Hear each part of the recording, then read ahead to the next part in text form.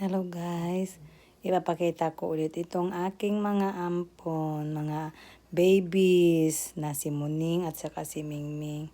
Sobrang pa-baby talaga si Muning kasi kuya niya. Masyado siyang feeling safe sa kuya niya.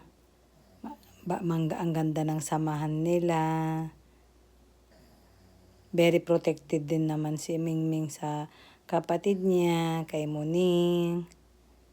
Kaya yung masaya lang po akong ipinapakita ang aking mga alaga na si Muning at si Mingming. Ang aking mga alagang mga babies. Ay, salamat po sa panonood. God bless us all.